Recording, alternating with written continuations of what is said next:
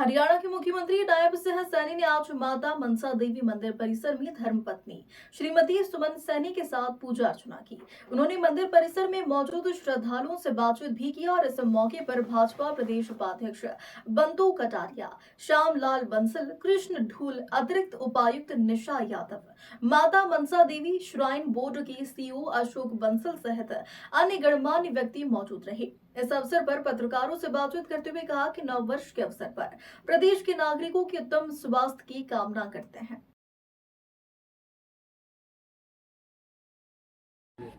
नहीं, देखिए, जो भी दोषी व्यक्ति है उसको बख्शा नहीं जाएगा, कोई सवाल ही नहीं है। जो भी जिसने भी उसके अंदर दोषी है उसके खिलाफ सख्त कार्रवाई होगी। हम बख्शने वाला सवाल नहीं है किसी प्रकार का। और हमने पुलिस अधिकारियों को भी इस बात के लिए कहा है कि आप तत्परता से कार्रवाई करें, परंतु इन नामों के ऊपर भी कुछ लोग ट्वीट की राजनीति करते हैं। दुर्भाग्यपूर्ण है।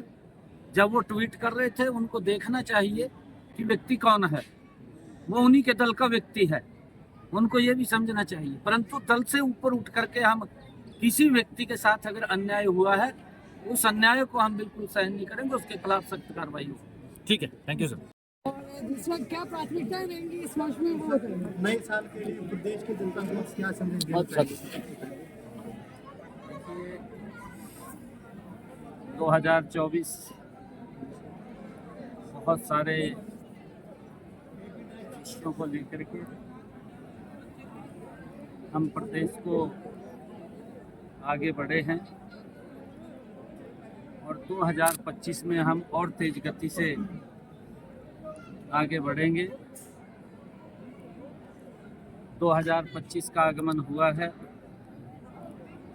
आज माता रानी के चरणों में शीश नवाने का मौका मिला है। 2025 हरियाणा प्रदेश के लोगों के लिए ये मंगलकारी हो। हमारा हरियाणा विकास की और गति से नई ऊंचाइयों को छुए। हर पूरे प्रदेश के लोगों के स्वास्थ्य की, उत्तम स्वास्थ्य की माता रानी के चरणों में मैंने प्रार्थना की है और हम मिलकर के हरियाणा प्रदेश को गति से आगे बढ़ाने का काम आदरणीय मोदी जी के नेतृत्व में करेंगे।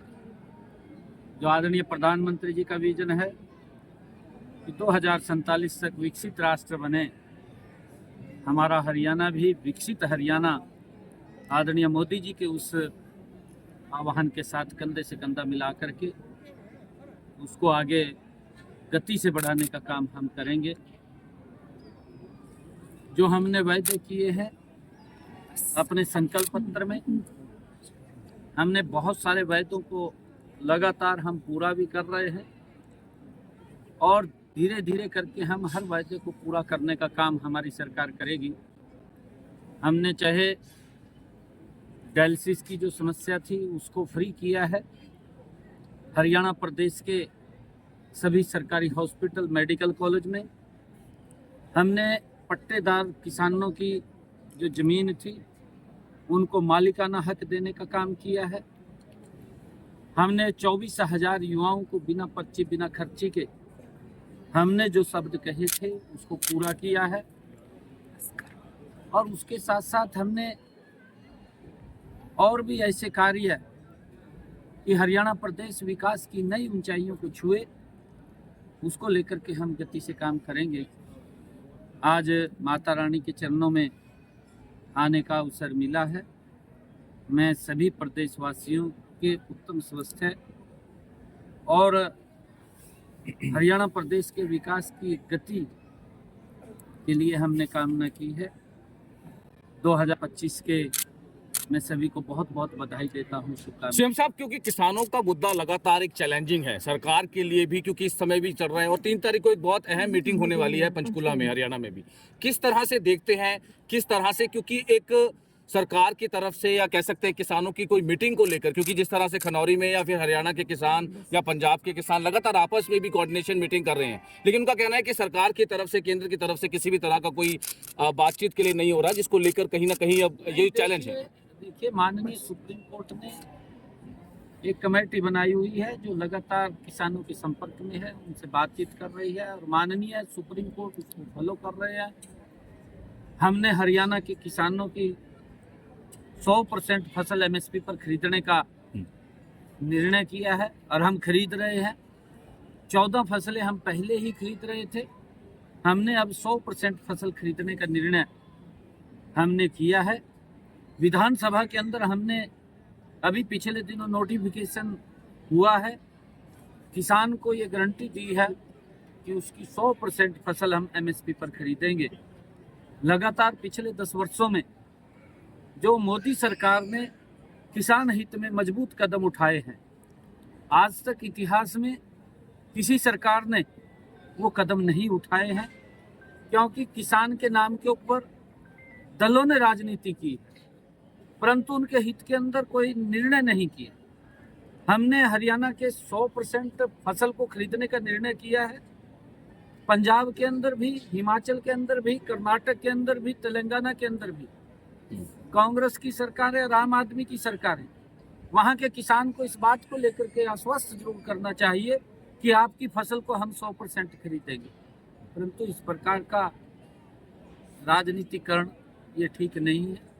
और किसान हमारे भाई हैं, हम उनके दुख सुख के अंदर शरीक रहते हैं। मैं स्वयं किसान का बेटा हूँ, एक गरीब किसान परिवार से मैं आता हूँ, मुझे मालूम है किसान की समस्याएं क्या हैं।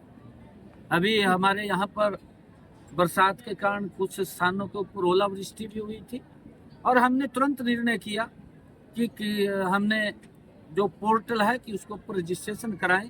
अगर किसी किसान का कोई खराबा हुआ है तो हम उसका मुआवजा देने का भी काम करते हैं और लगातार कर रहे हैं।